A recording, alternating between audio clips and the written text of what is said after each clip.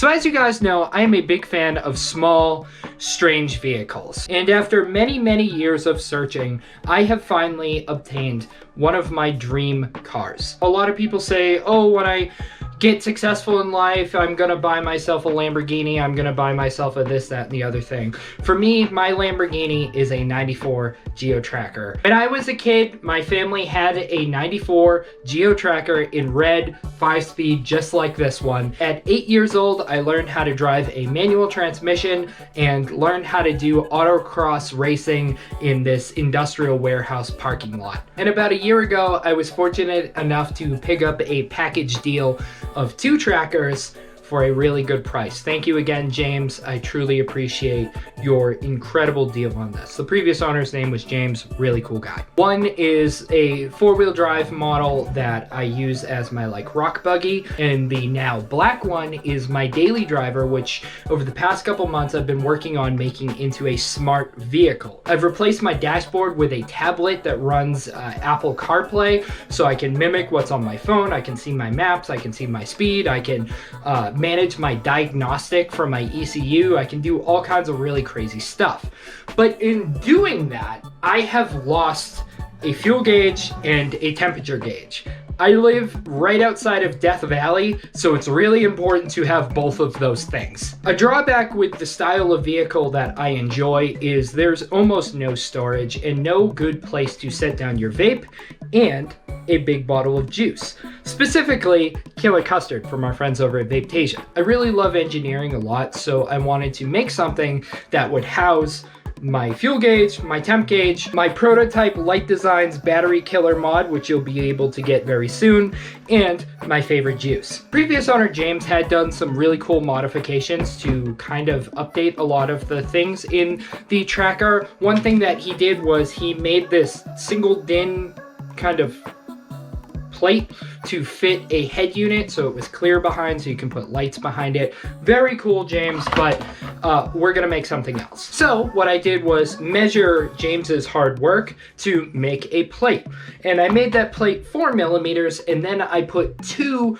gauge pod slots, which is great for gauge pod reasons. However, that doesn't give us any more storage for our vape gear. So what I did was built this adjustable length shelf with these 2 dowels that come out of it. And they made 1 slot the exact specs of my Light Designs battery killer mod, which you'll be able to get very soon, and the exact specs of a bottle of Killer Custard. Seriously, I measured the bottle of Killer Custard to put it in here. Now that this is all assembled somewhat, I still have to wire it. We can get a test fit. Yo, that's perfect. Look at how nice that looks, and it's perfectly on the edges. Dude, look at how nice that is. Okay, so what I have to do now is take my tablet out and get to the ECU wires to wire in the fuel gauge and the temp gauge. Now, one of the drawbacks of doing this on a tracker is you cannot adjust the steering wheel height, which is a pain. Now, I do intend to build a second bracket for the tablet to sit on, but the main focus of today is being able to see how much gas I have. So these are my ECU wires right here. Conveniently, they are long enough to be able to get out so we can work on them. These 3 go to your fuel gauge, and these 3 go to your temp gauge. After doing some research, I believe we want to cut the yellow wire with the red stripe. I reattach my battery, and in a hypothetical world, I am a hypothetical girl, and this might work. Yo! Okay, so I turned it off, turned it back on, and messed with the wires a little bit. Now it's showing half a tank of gas, which is a lot more reasonable. I got gas recently. I mean, you need to put gas in this thing like once a month, so I got gas recently, so it's showing half a tank of gas, which makes sense. Okay, so it's saying it's 302 degrees, which is very hot, and it is not 302 degrees, I can assure you. 104, yeah, I knew I wasn't at 300 degrees. So let me show you what I did.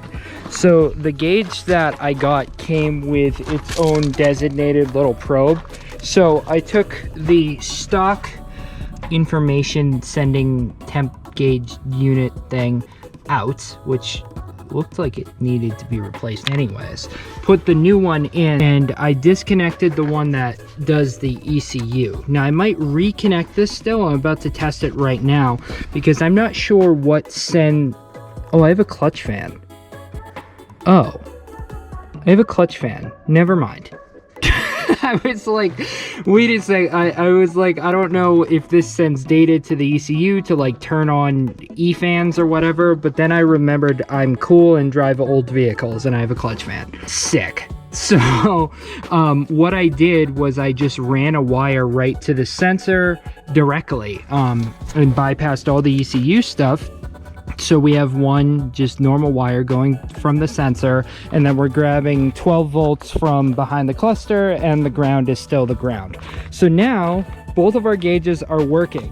I'm going to take a couple minutes here, clean up all this wiring, make it look nice. We'll screw this in and we'll stick our vape in there. So I have this all wired up nicely, screwed into place, and it's all good to go.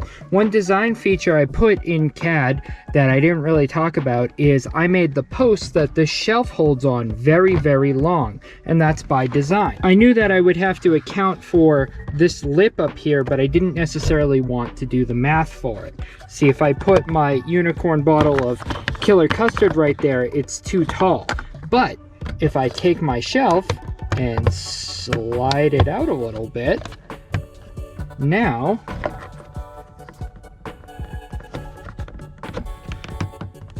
my unicorn bottle fits in there perfectly, as well as whatever RDA or tank I want to use on my mod. So now it's right in there. And I can go out a little bit further too if I'm using something even taller. You can go out quite a ways actually. Or I can take this out completely, load my stuff in, and then pop it in just like that. You can still see my fuel gauge, and then if I glance over here, I can see my temp gauge. Awesome. Wow, this thing hits hard. So after many hours of work, we finally have it installed and it works great. I'm so happy with this. I'm able to pop in my mod, pop in my juice, and head out on big adventures in the desert with ease. The mod slot is designed for my battery killer mod, but you could put any 100, 120 ml bottle or a 60 ml bottle in there because the depth of the hole is so deep that it can hold a 60 ml. It doesn't grab it like it will grab a 100 or 120, but I tested it with a 60 ml bottle today of my own juice. This is Milk Friend from my juice line, and it holds in there pretty good. Obviously not as good as the diameter it was designed for, but with the depth of that hole, it still holds it in pretty decently. I love projects like this that bridge the gap between my love for vaping and my love for automotive stuff. And I just love engineering stuff. I love building stuff. So I'm really pumped that this came together pretty easily. It was many hours of work, but tell me an engineering project that isn't. So with all that being said, I hope you guys enjoyed. Battery Killer, out very soon. So we're still working out a few kinks here for the production models, but they will be available very soon. If you're not vaping on Killer Custard, get you some Killer Custard. It's getting close to summertime now, and so I'm going to be putting the soft top on the tracker very soon, which is very exciting. I want to get some new rims for it and add some more smart mods to it. I might convert the window rollers to electric windows because Mikey broke my roll-up windows. So if that sounds like something interesting to you, make sure you hit subscribe, hit follow wherever you're watching it, and I'll see you guys on the next one. Bye, everybody.